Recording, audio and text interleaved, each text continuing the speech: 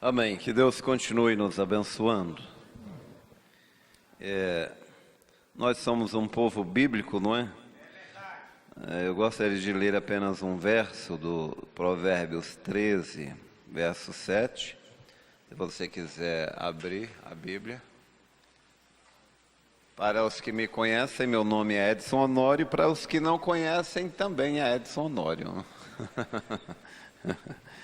Eu tenho que fazer dar uma descontraída. Tentar dar uma descontraída aqui que eu tô no arroxo. Eu gosto muito deste provérbio 13, verso 7. Há uma grande verdade por detrás dele. Diz assim: há quem se faça rico, não tendo coisa nenhuma, e quem se faça pobre, tendo grande riqueza. Senhor,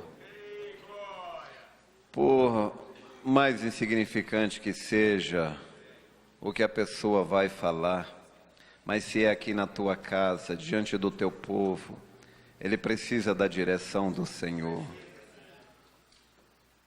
Controla, Senhor, direciona o meu pensamento para aquilo que eu vou falar, de maneira que isso traga honra para o teu nome. E que isso possa, de alguma maneira, ajudar alguém. É o que pedimos em nome do Senhor Jesus Cristo. Amém. Podem sentar. O pastor pediu para eu falar um pouco sobre minha curta experiência de vida, tão jovem ainda, né? Espero que vocês não estejam esperando grandes coisas, né? Assim vocês não vão se decepcionar. Eu nasci em 65, 30 de dezembro de 65. Eu fui criado num berço evangélico. Minha mãe congregava nas Assembleias de Deus no tempo que eles realmente valorizavam e criam na Bíblia. Eu tive minha mãe até aos 7 anos. A minha vida, eu vou falar um pouco assim, vocês vão ver que ela divide a cada 7 ou 14 anos, alguma coisa acontecia. Então, aos 7 anos, em 1975, eu tinha 7 anos, minha mãe faleceu. Foi o tempo quando a mensagem já havia chegado no Brasil há alguns anos, foi por volta de 71, 72, por aí, né?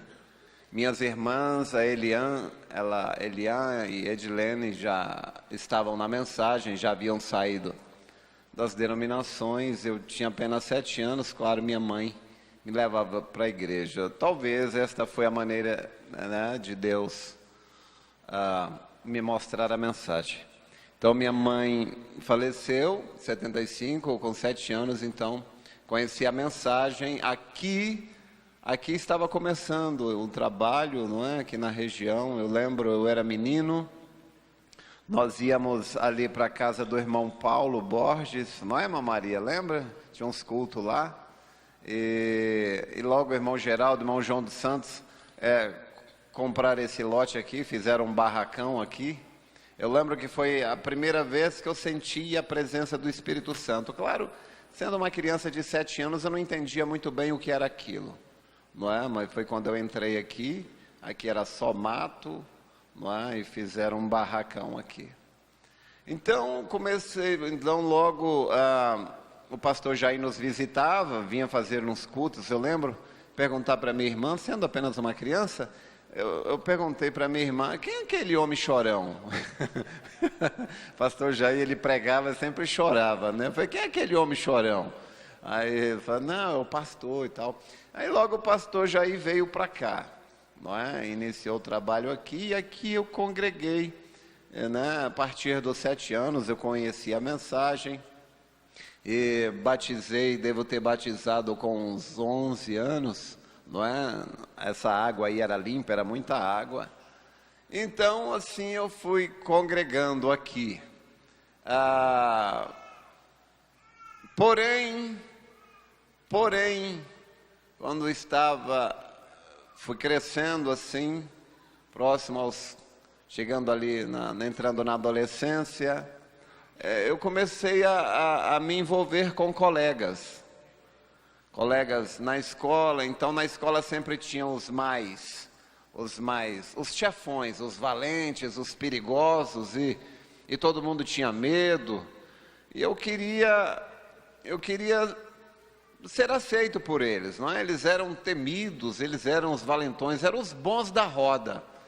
E aquilo, claro, sendo menino, eu comecei a me envolver com eles, assim, ter amizade com eles, e também os coleguinhas na rua, ia tomar banho nos córregos, jogava bola, e embora sendo criado no Evangelho, porém, eu tive este fato de me envolver com coleguinhas lá fora. Eu era muito corrigido, mas eu achava que não havia problema nenhum. Qual o problema de brincar com meus colegas? Aliás, eu tinha até inveja deles, não é? Haviam lá, eu tinha uma casa ali, que aqueles meus colegas, eles podiam ir para onde quisessem, a hora que quisessem, fazer o que quisessem. A mãe deles era muito liberal, o pai deles já havia morrido e a mãe era bem liberal. E eu invejava muito a eles. O certo é que esses colegas a quem me refiro cresceram, viraram bandidos. Um matou várias pessoas, outro, né, entrou para o mundo assim da criminalidade. E hoje eu entendo por quê que queriam evitar que eu tivesse amizades. Porém, o certo é que nessas amizades, claro, o irmão Brana disse: se você dorme com um cachorro cheio de pulga, você pega pulgas. Então eu peguei alguns espíritos ainda no início da juventude. Então, por volta dos 14 anos, eu fui para o mundo. Eu achei que o mundo tinha muito o que mostrar, eu queria conhecer por mim mesmo. O que as pessoas falavam para mim não era tão importante, eu tinha que ver com os meus olhos. Então eu fui para o mundo e fiquei ali até os 28, aí daí uns 14 anos. Foi a pior decisão que eu tomei na minha vida. Eu tenho dificuldade de falar dessas coisas porque isso me constrange muito, pensar que eu virei as costas para Deus como eu virei. Mas isto foi por causa de amizades. Eu tinha um irmão, meu irmão mais velho, eu sou o caçula de 11 filhos, eu sou o caçula, o primeiro primogênito faleceu ainda criança, mas o meu irmão mais velho, ele é muito inteligente, muito intelectual, e tendo minha mãe morrido, meu pai praticamente nos deixou, eu fui morar com este meu irmão mais velho, ele muito inteligente, muito intelectual, muito leitor, leu muita filosofia, não é? Eu lembro que eu via lá na estante dele todos esses grandes pensadores como Kant, Platão, todos eles. Então, eu admirava muito ele, eu gostava muito de conversar com ele, ele sabia absolutamente tudo, e ele me ensinava muitas coisas e eu gostava daquilo. E eu fui me afastando de Deus. A Bíblia, simplesmente, eu esqueci da Bíblia. Eu morando com este meu irmão, então, eu me tornei um incrédulo, não é? Eu me afastei tanto de Deus, mas Deus simplesmente deixou. Mas algumas poucas vezes eu pegava a Bíblia e eu abria a Bíblia e lia. Quando eu lia algum versículo da Bíblia, algo dentro de mim pulava e dizia: é isto é a verdade, é isso. E eu fechava, porque eu não queria seguir este caminho, eu queria conhecer o mundo. Então ali, eu me mudei para São Paulo, então eu fui conhecer o mundo por mim mesmo, com os meus próprios olhos. Fiz o que quis, da maneira que quis, eu não tinha pai, eu não tinha mãe, não havia ninguém que pudesse me frear. Morei com irmãos, mas irmão está O irmão está preocupado com seus próprios filhos. Se você tem um filho, faça tudo o que você puder. Nunca o deixe ser criado por outra pessoa. Não importa quem seja, que seja tio, que seja avô, que seja primo, que seja irmão. Só o pai, só a mãe tem o verdadeiro amor corretivo que põe a criança no lugar correto. Mas, então eu me tornei um pensador liberal, li dezenas de livros que talvez seria melhor nem ter lido. Mas um espírito me pegou quando eu ouvi apenas uma frase que dizia: quem lê muito, sabe muito. Parece incrível falar isso, que um espírito te pega em apenas uma frase, mas eu peguei o espírito apenas com esta frase. Então eu me tornei um leitor de qualquer coisa que eu julgasse ser interessante. E o verdadeiro livro mesmo, eu deixei de lado.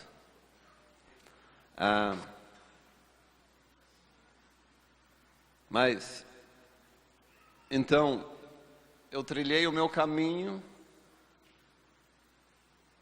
mas então eu cresci, eu amadureci, e quando eu vi, eu estava, como o irmão Brana fala, daquele cavalo que tinha tudo ali dentro do seu cercado, ele tinha bom pasto, mas ele cismava em pular a cerca para ir comer umas alfafas do outro lado. E um dia, quando encontraram o cavalo, ele estava todo cortado nos vidros e arame farpado, e assim eu estava. Eu entrei por algumas portas que não deveria ter entrado. Então, eu entrei em um labirinto dentro do qual eu me perdi e não conseguia mais achar a saída. Então, eu me envolvi com os amigos, então eu ficava até tarde da noite, eu ia para todos os lugares que queria. Mas não havia absolutamente nada que satisfizesse, que matasse aquela sede que havia dentro de mim. E eu procurei todos os prazeres do mundo. Em cada um deles eu procurei, para encontrar, para saciar a sede que havia dentro de mim, e nenhum deles pôde saciar.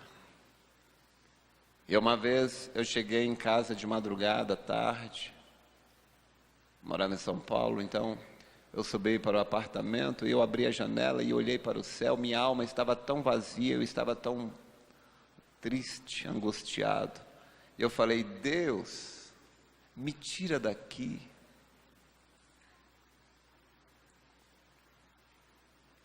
Eu falei: Deus, me tira daqui. Eu já não conseguia voltar por mim mesmo. Então, porém, Deus parecia não ter me ouvido.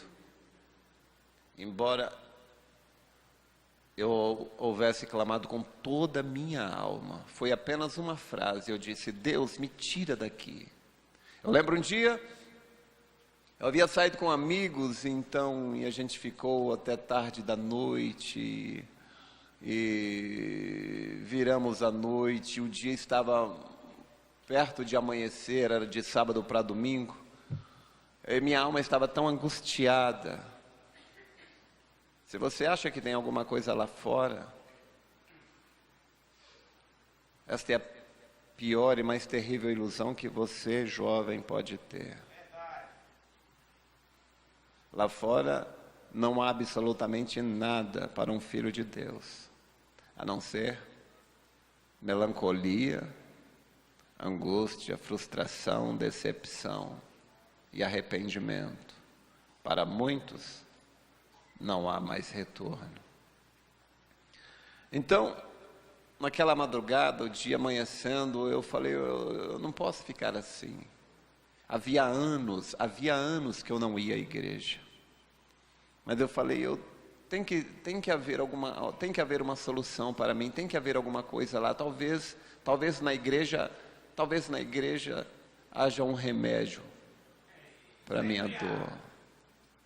Então, eu peguei o trem e fui para o Parque Dom Pedro. Você conhece muito bem, né? A igreja era ali no Parque Dom Pedro, ainda na Rua da Figueira.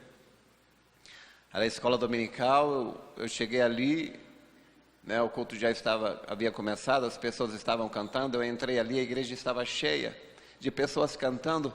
Aquilo era um lugar maravilhoso. E eu sabia, eu podia, de alguma maneira, sentir que Deus estava ali, embora aquilo não era acessível para mim. Eu olhava para todo mundo ali, as pessoas cantando, e eu pensava, eu desejava tanto ser um deles, eu desejava tanto poder estar ali, sem estar sentindo o que eu estava sentindo. E eu olhei para as pessoas assim, me perguntando, eu pensei, será que essas pessoas sabem o privilégio que elas têm de estar aqui? Será que essas pessoas têm consciência de que elas estão adorando a Deus e que Deus está aqui recebendo a adoração deles? E eu olhei para as pessoas, para minha tristeza, minha decepção, a maioria parecia não se dar conta do que estava fazendo, parecia estar cantando apenas de maneira automática, mecânica. Elas estavam cantando, elas não estavam realmente conscientes de que elas estavam adorando o grande Deus Todo-Poderoso e que Ele estava ali recebendo aquela adoração. Senti vontade de sacudir as pessoas e falar, olha, o que você tem eu não tenho, eu adoraria ter o que você tem, já que você tem, aproveita isso. Mas claro, talvez os diáconos iam me pôr para fora, achando que eu era um louco. Mas tudo bem, eu sentei ali e eu tentei fazer uma oração a Deus. Mas eu havia ido tão longe. Eu senti que o teto da igreja, é como se o teto da igreja fosse de um concreto de uns 10 metros de espessura. E minha oração não conseguia chegar nem no teto. Você não sabe o que é você estar totalmente perdido no escuro. E a sua única esperança, quando você vai ali, as portas estão fechadas para você. Eu fiquei ali, todo aquele culto, a escola dominical acabou, todo mundo saiu, as pessoas foram saindo e eu fiquei sentado, eu não conseguia levantar. Eu lembro até hoje uma pessoa, eu não sei, ele deve ter visto a minha enorme, profunda tristeza, não sei quem é, colocou a mão no meu ombro e tentou me dar uma palavra de consolo. Porém, aquilo ali não resolveu o meu problema. Eu fui embora desapontado. Eu não sabia mais o que fazer. Eu disse, se Deus não resolver o meu problema, quem vai resolver? Sabe? Mas eu havia feito uma oração para Deus, como eu já falei para vocês. Eu fui embora. E logo, pouco tempo depois, me chegou a notícia que meu pai ia ter que fazer uma cirurgia de ponte de safena, uma cirurgia no coração. Ele já com a idade bem avançada, talvez ele não resistisse à operação. Se eu quisesse ter a certeza de vê-lo mais uma vez, eu teria que vir vê-lo antes da cirurgia, talvez ele não sobrevivesse. Mas eu trabalhava ali, na loja em São Paulo. Não seria muito fácil conseguir uma liberação, claro que não. Mas eu sempre fui muito brincalhão, sempre tive muito senso de humor em todos os lugares onde eu fui. E fizeram umas brincadeiras ali no estoque da loja onde eu trabalhava. E o dono e o responsável pelo estoque achou que tinha sido eu. E veio brigar comigo, reclamar daquilo, e palhaçada. E eu falei, mas não foi eu, não fiz nada disso aqui, não foi o quê? E o certo é que ele veio gritar comigo e eu era muito... Hoje não, eu sou um cordeiro.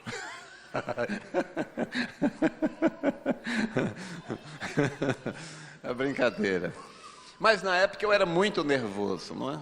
Natureza do meu pai. O certo é que eu briguei com ele, quase bati nele, veio o supervisor geral das lojas, estava ali, veio falar comigo, eu dei uns gritos nele também, claro. Eu era só um vendedor, né? Então eu tive que assinar o aviso prévio. Fui mandado embora, e aí então eu falei, bom, já que eu fui mandado embora, eu vou visitar o meu pai. E vim a Brasília ver o meu pai antes da cirurgia, e então eu fui até a casa dele ali, estive com ele e tudo. Ele fez a cirurgia, correu tudo bem, graças a Deus. Mas o Edson Clementino, meu cunhado, ele morava aqui no Novo Gama. Quantos conhecem o Edson Clementino? Muitos conhecem. É tio do Tiaguinho. Ele morava aqui no Novo Gama, ele era casado com minha irmã, e eu resolvi vir visitá-los aí. Então, eu cheguei na casa deles, ali no Novo Gama, no 11HC, era uma casa de 3 quartos, o casal dormia num quarto, no outro quarto dormiam os meninos, e tinha um quarto que era uma sala de vídeo. Então, eu cheguei ali, eles estavam lá dentro da sala de vídeo, eu cheguei, e quando eu entrei, tem coisas, não sei se vocês vão entender, mas tudo bem. Quando eu entrei ali, dentro do quarto, o Espírito Santo estava lá dentro. E aí, eles estavam assistindo o filme O Fundo Clama o Fundo, filme do profeta. Quando eu entrei ali, o Espírito Santo ali dentro, e aquilo me chacoalhou, mexeu tanto assim comigo que, assim, numa fração de segundos, eu vi assim a minha vida e na presença de Deus ali eu tinha que tomar uma decisão. Mas eu tinha minhas namoradas e coisa do tipo, eu não estava pronto. Eu não estava pensando nisso, eu não consegui tomar aquela decisão, claro, me entregar, e eu saí do quarto.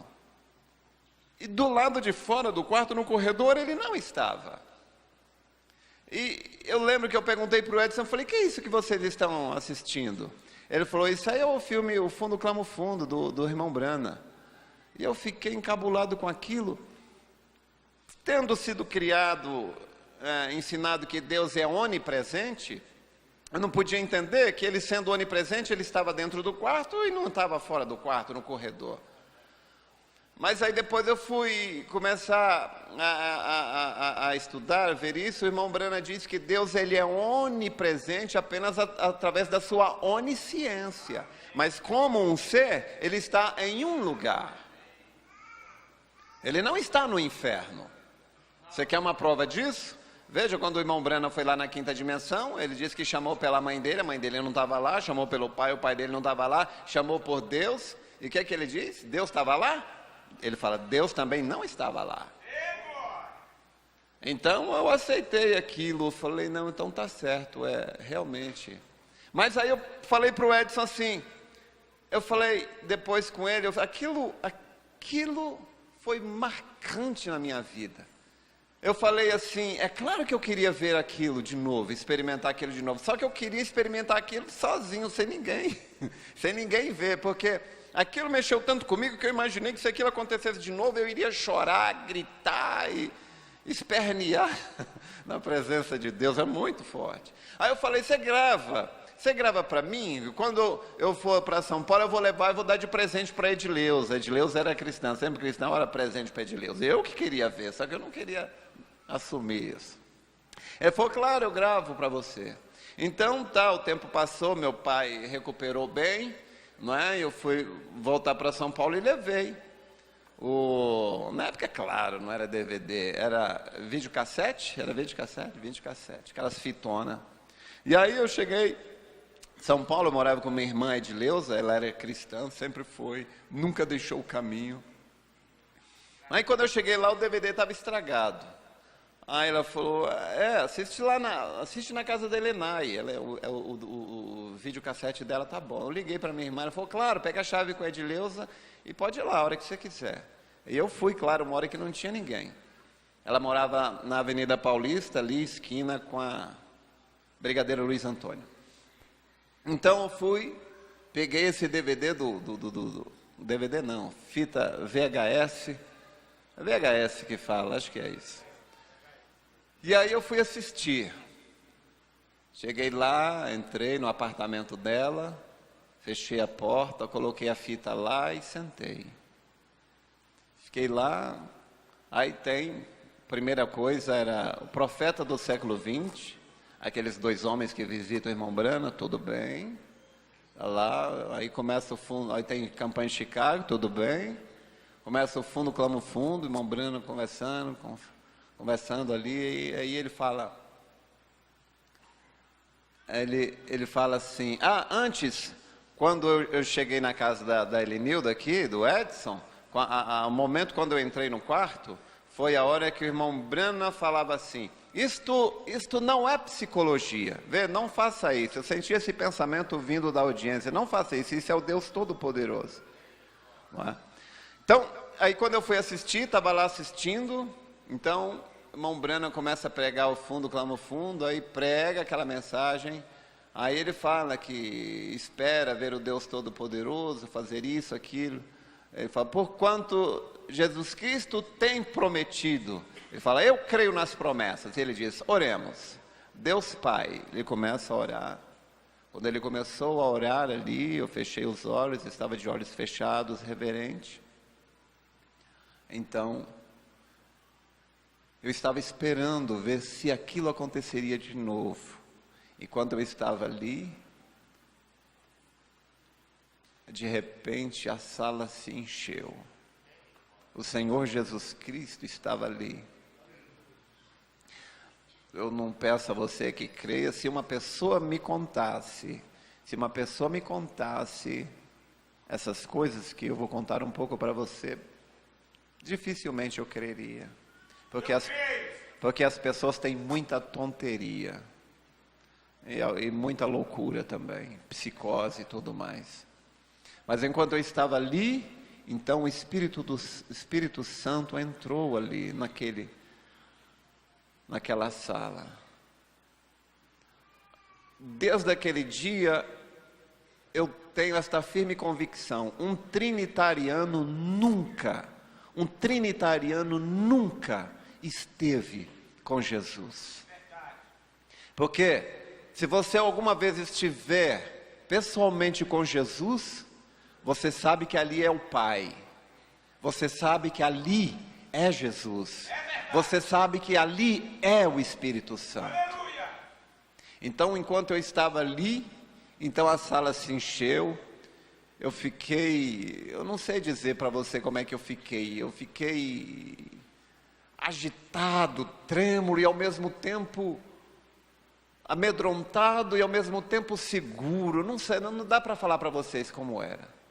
Então, o irmão Brana orando ali, ele estava orando, e o Espírito Santo, eu senti que Deus pegou assim a minha consciência e levou para uma oração que o irmão Brana fez em algum tempo, em algum lugar, eu não sei aonde. Mas ao mesmo tempo eu estava consciente, eu estava totalmente, perfeitamente consciente de que aquela oração que o irmão Brana estava fazendo ali, que o Espírito Santo me levou a ouvir, o irmão Brana fazia, eu sabia que não era mais ali na fita. Então, eu comecei a ouvir o irmão Brana orando, o irmão Brana disse assim, Pai, faça com que esta mensagem alcance a cada semente eleita ao redor do mundo. Aleluia!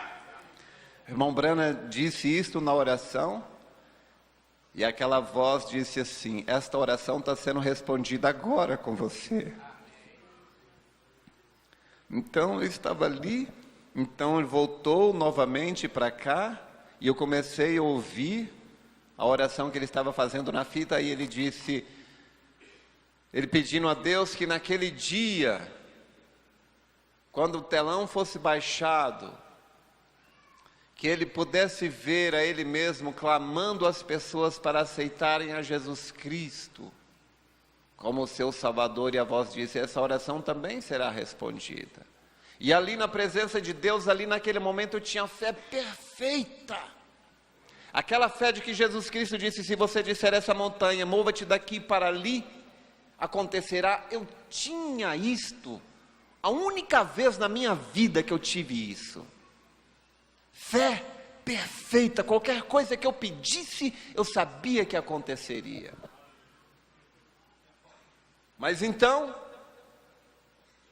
enquanto ele estava ali, eu disse: Senhor, ajoelhado, eu disse: Senhor, antes de eu morrer, me leva de volta para a mensagem. Ele não falou nada, ele não disse nem que sim, e ele não disse que não, nem precisaria. Eu sabia que o que eu pedisse aconteceria. E então,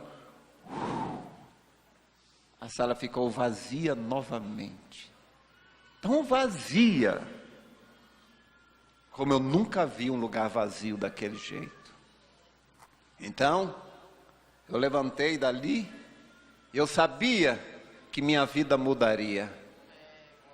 Eu sabia que minha vida mudaria.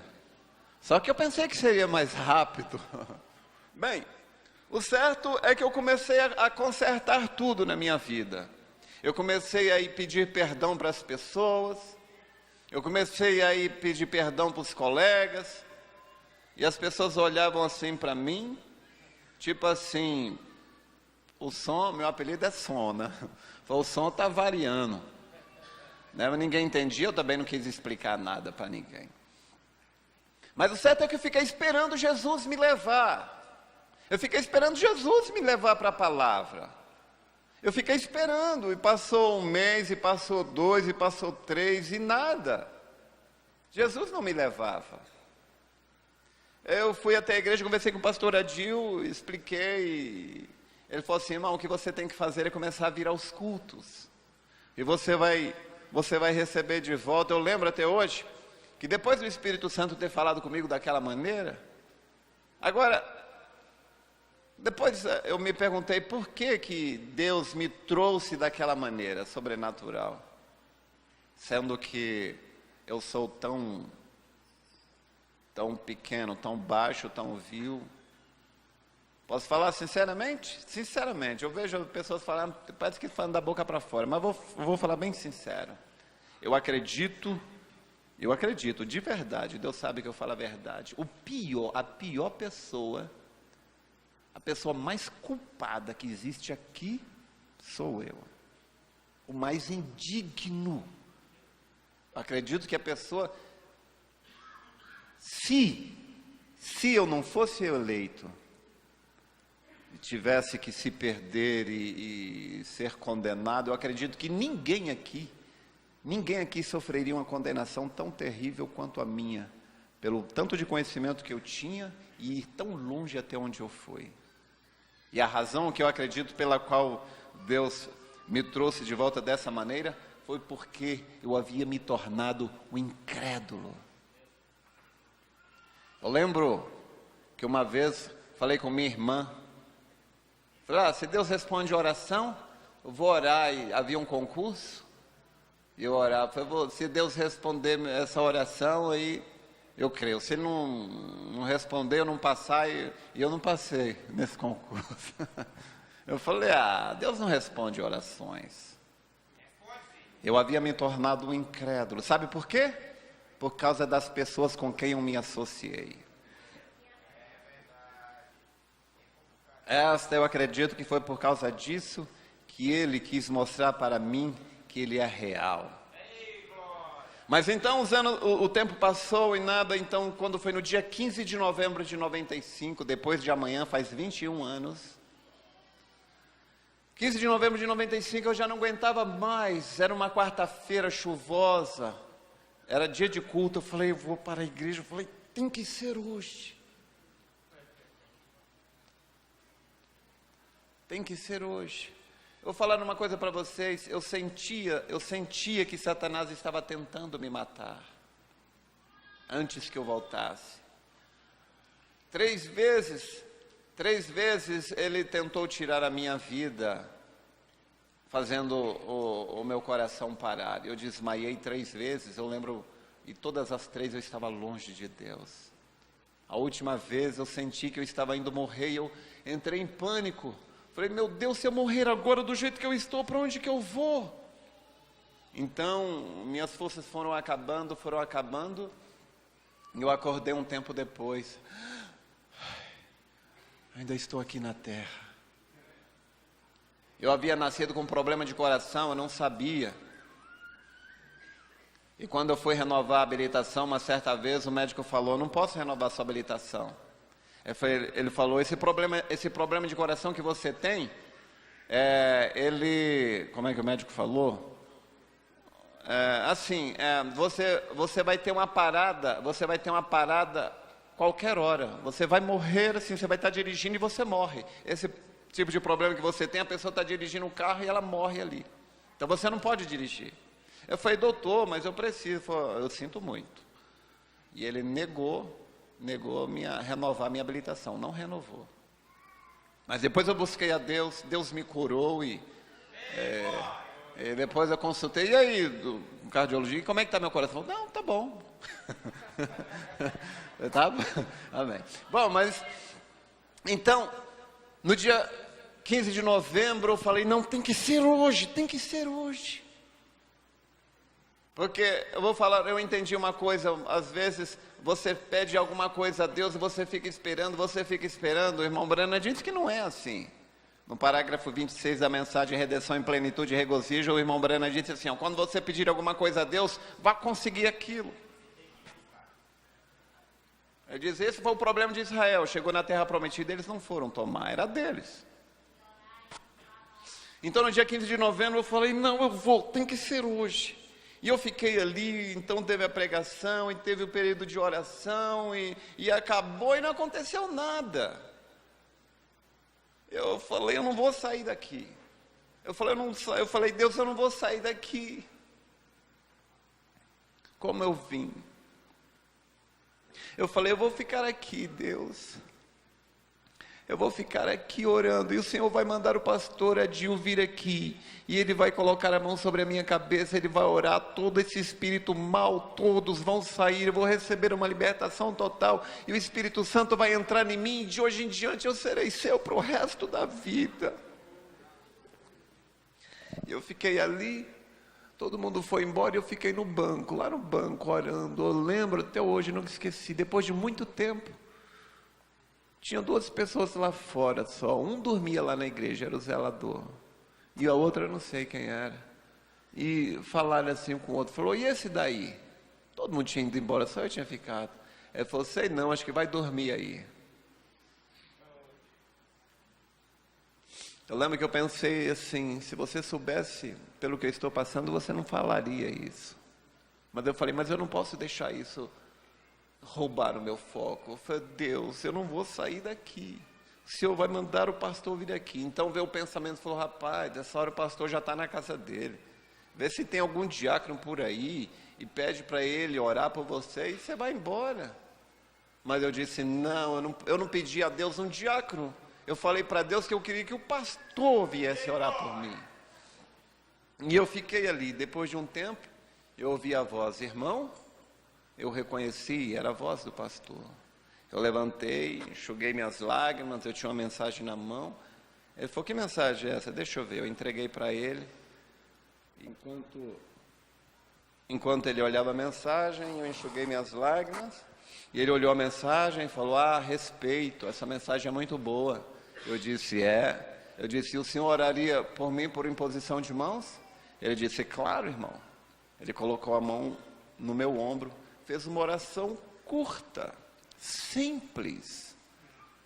Naquele momento, todo o espírito mal saiu. O Espírito Santo se apoderou de mim. Uma alegria invadiu meu coração. Todo o peso foi embora. Eu agradeci a Ele e saí dali. Logo, pouco tempo depois, caiu uma tempestade, um dilúvio. E eu fiquei debaixo da marquise de um prédio ali, caindo uma chuva. E eu rindo, morrendo de felicidade, rindo. Eu disse, agora pode o mundo acabar, pode ter um dilúvio. Tudo que eu consegui, tudo que eu queria conseguir na minha vida, agora eu tenho. Então, eu descobri a coisa mais gloriosa. Eu era o homem mais rico do mundo.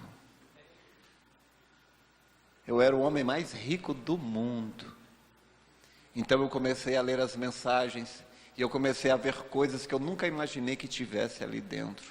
Cada mensagem que eu via, que eu lia, eu via ali dentro vida eterna. E comecei a comer. Primeiro ano eu li por volta de 100 mensagens. Próximas 100 mensagens em um ano. Isso tem sido maravilhoso. O Senhor Jesus Cristo tem me sustentado desde então.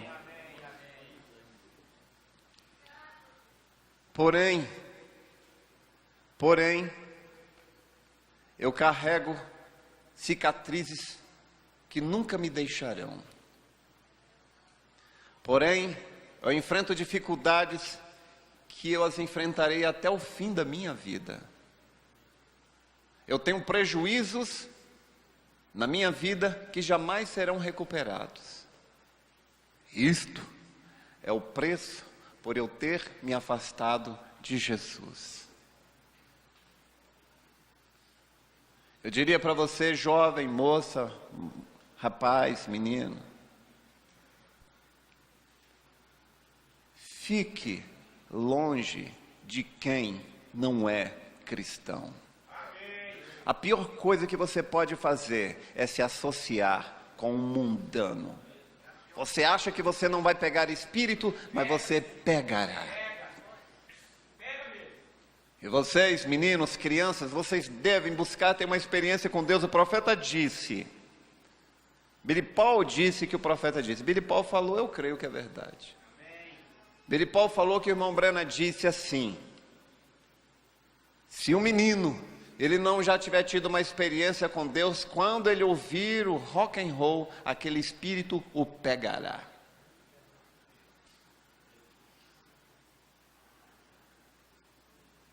Existem demônios, espíritos, que eu sei que eles me perseguirão pelo resto da vida.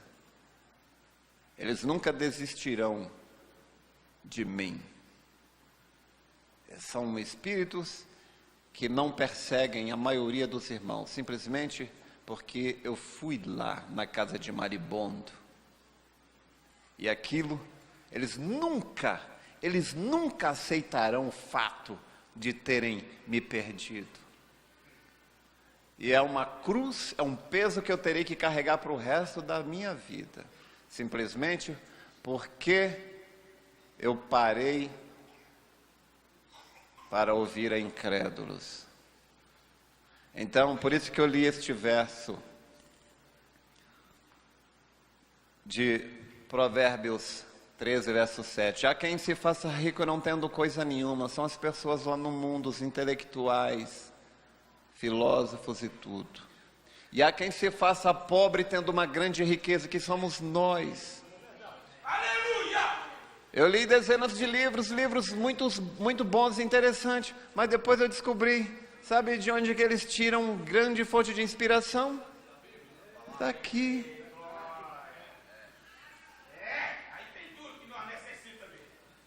Os maiores ensinamentos, o maior ensinamento de psicologia que eu conheço, embora eu já li dezenas de livros de psicologia, o maior ensinamento de psicologia que eu conheço está nas mensagens de William Marion Branham. O senhor pensou junto comigo. Principalmente a mensagem é a maior batalha jamais pelejada. Leia aquela mensagem umas 10, 15, 20 vezes. Ele diz naquela mensagem: entre com toda a coragem dizendo, eu vou vencer, não vou perder, eu vou vencer, não vou perder. Você deve entrar na guerra acreditando que você vai vencer. Porque o que você acredita se torna a sua realidade. Eu vi uma frase que é bem verdade. Só um milagre pode salvar um time que entra em campo acreditando que vai perder. Você tem que ir acreditando que você vai vencer. Irmão Brana disse que muitas pessoas, às vezes, elas têm fé para ser curada ou para conseguir alguma coisa. Essa fé na alma, fé mesmo, genuína. Porém, no subconsciente, ela fica falando, há uma vozinha dizendo assim, sei lá, mas eu acho que isso não vai acontecer com você. Irmão Brana disse, olha, então se aquela vozinha está ali, isso não funcionará corretamente. E você sabe como é que você pode vencer essa vozinha? A única maneira de você convencer o seu subconsciente é com uma repetição. Por isso que é aquele ditado que é bem verdade, uma mentira falada 1000 vezes passa por... Uma mentira falada 1000 vezes passa por verdade. Não é? Seu subconsciente passa a crer naquilo. Por isso Deus disse, não te mandei eu, esforça-te, não se aparte da tua boca o livro desta lei, antes medita nele de dia e de noite. Por que Deus manda a gente meditar nesse livro de dia e de noite? Por que irmão Brana falou? Leia todos os dias a sua Bíblia e ore com vontade ou sem vontade. É a maneira de convencer o nosso subconsciente, da gente ficar tão impregnado com isso. E você se torna isso. Você se torna aquilo do que você se alimenta. Não é? Então, muitas pessoas já foram lá fora. Aqui teve um casal de meninos, não, uma dupla de meninos, né? 2 irmãos, que eu sempre olhava para eles, eu pensava em mim e no meu irmão, Edinho. Mas sabe, eles também foram para o mundo, mas um deles foi assassinado. Ele jamais retornará. Muitas pessoas foram para o mundo e jamais retornarão. Muitos morreram fisicamente, outros cruzaram a linha.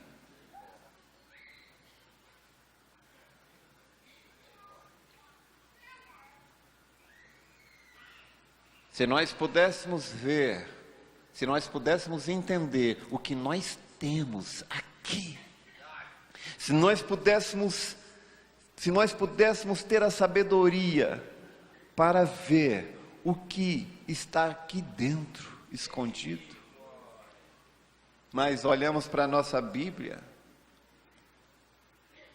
achamos que não tem nada demais ali, e ela fica empoeirada junto com as mensagens. A cura que você precisa, a fé que você precisa para libertar a cura, que já está dentro de você, irmão Brana disse. Mas você precisa de uma chave que vai rodar e abrir essa porta. A fé está aqui, está dentro das mensagens. Mas o diabo faz você olhar para isso daqui e não ver nada. Aqui tem cura, libertação, felicidade, absolutamente tudo. Então, este é o melhor livro que existe no mundo. O maior livro do mundo. Quem lê muito, sabe muito.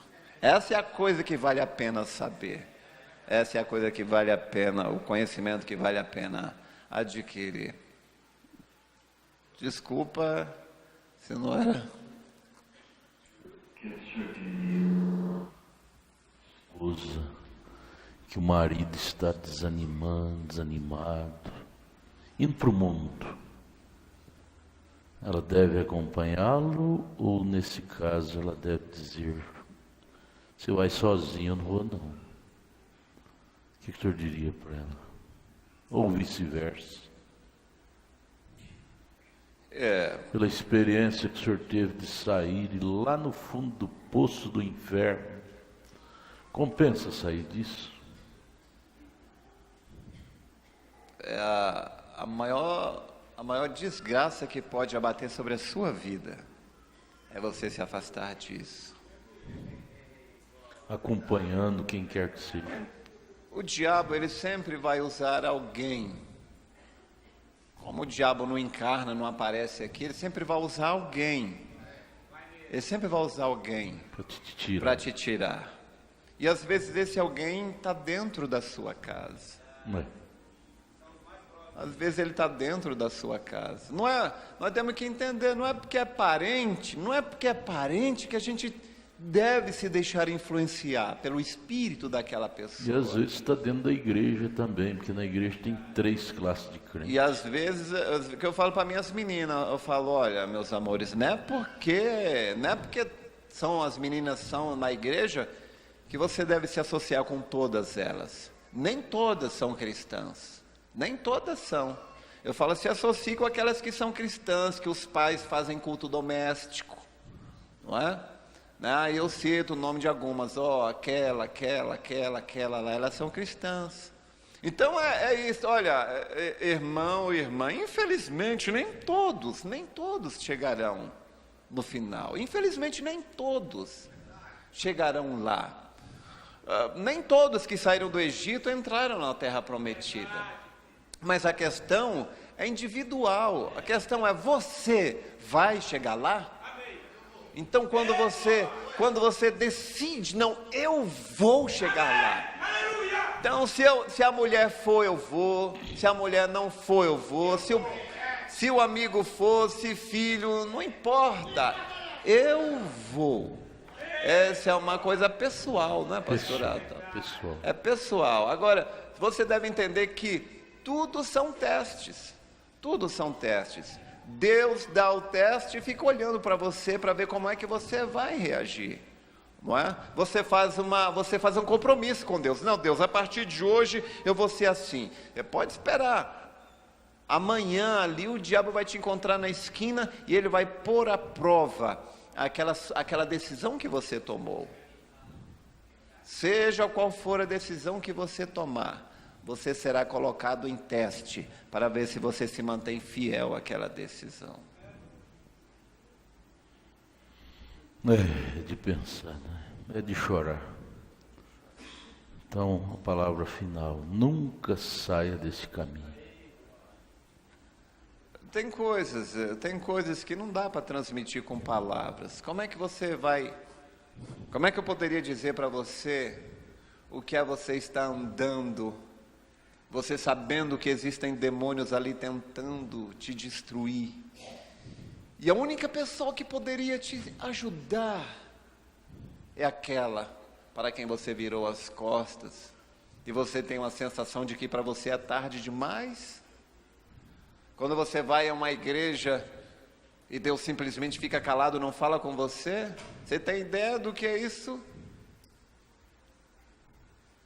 Você tem a sensação de que você cruzou a linha e não há mais como voltar? Então, por que passar por isso? Nós somos o povo mais rico que existe na face da terra, não é? O senhor pode fazer uma oração agora? Todos os jovens, fiquem de pé. Porque geralmente, por que não dizer toda a igreja, mas pelo menos os jovens, que os jovens são mais surrados pelo diabo, enfrentam a concupiscência da carne, a concupiscência dos olhos, a soberba da vida, de uma forma muito cruel, no trabalho, na rua, em casa, através dos meios de comunicação. E nossos jovens, como nós também, precisamos muito de Deus. O senhor, como um pai, o senhor já tem suas meninas que estão mocinhas. Ore com toda a sua alma por esta gente agora. Senhor Jesus Cristo, como eu estive orando hoje pelas minhas filhas, Senhor. Oh Deus, mas cada um desses jovens são tão valiosos quanto minhas filhas, Senhor. Deus, existem coisas que se o Senhor não fizer, ninguém fará. Deus, Se o Senhor decidir por algo, Senhor, ninguém te barrará. Se o Senhor decidir salvar uma pessoa, ela pode ser um ladrão, ela pode ser uma prostituta, um bandido, traficante. Aqui estão estes jovens, ó Deus, eles não vieram aqui tentando ser maus, eles vieram aqui tentando encontrar o caminho. Eu entendo, ó Pai, que talvez a maioria deles nunca segurou no fio da vida. Talvez a maioria deles nunca tiveram aquela experiência pessoal contigo. Talvez alguns deles nunca te conheceram. E como o profeta disse, Deus, conhecê-lo é que é vida. Deus, talvez aqui tenha algum pai, alguma mãe que está pensando no seu filho que está lá, ó Deus, só o Senhor sabe onde. Oh Deus, e quando este pai, esta mãe vai orar por ele, quer interceder, eu sei que o diabo vem na mente dessa pessoa e diz, não, quem é eleito, foi eleito antes da fundação do mundo, mas antes da fundação do mundo, o Senhor estava vendo isto aqui agora. Então este pai, esta mãe que foi interceder por este filho agora, antes da fundação do mundo, antes dos nomes serem colocados ali, o Senhor já viu isto. E o Senhor colocou os nomes ali no livro da vida, já tendo visto isso, porque o Senhor viu tudo, o fim antes do começo.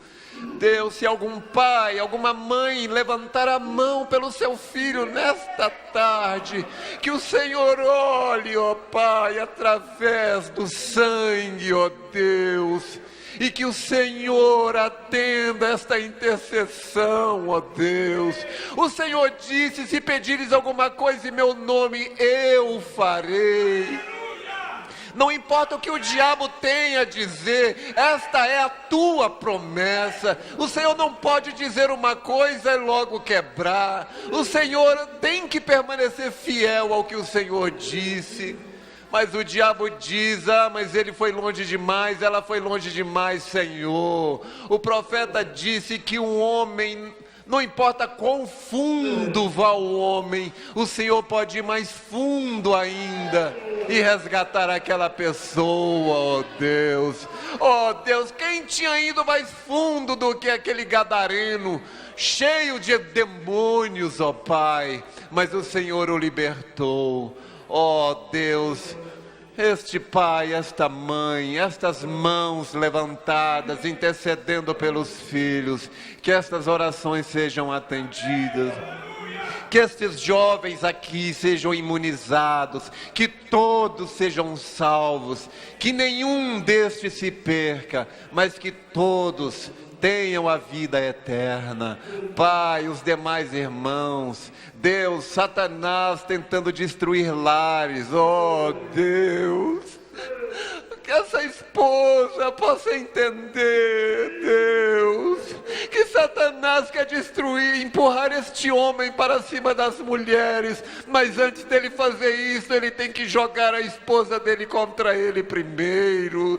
Ó Deus, que este marido possa entender que antes de Satanás levar esta mulher a adulterar com outros homens, ele tem que fazer o marido dela, ó Deus, repudiá-la primeiro. Deus, que possamos amar um ao outro, ó Deus, com amor divino. Amar não somente o corpo, mas a alma dessas pessoas, que possamos ajudar um ao outro, Senhor. E eu oro pelo pastor desta igreja, Senhor. Ó Deus, sendo o maior alvo de Satanás, todo pastor é o alvo principal de Satanás.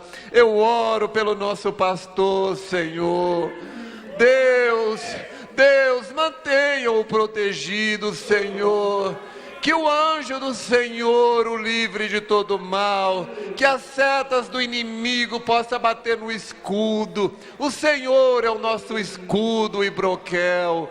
Senhor, abençoa ele, abençoa a sua família, ó Pai, porque a família do pastor é a mais perseguida, Senhor. Então, Deus, leva isso em consideração, ajude seus filhos, ajude sua esposa, no nome do Senhor Jesus Cristo. Amém. Amém. Olha, filtre suas companhias. Filtre suas companhias. Fala aí, pastor Edson, fala. Pastor Edson, fala lá. Filtre suas companhias se você quer ser um vencedor.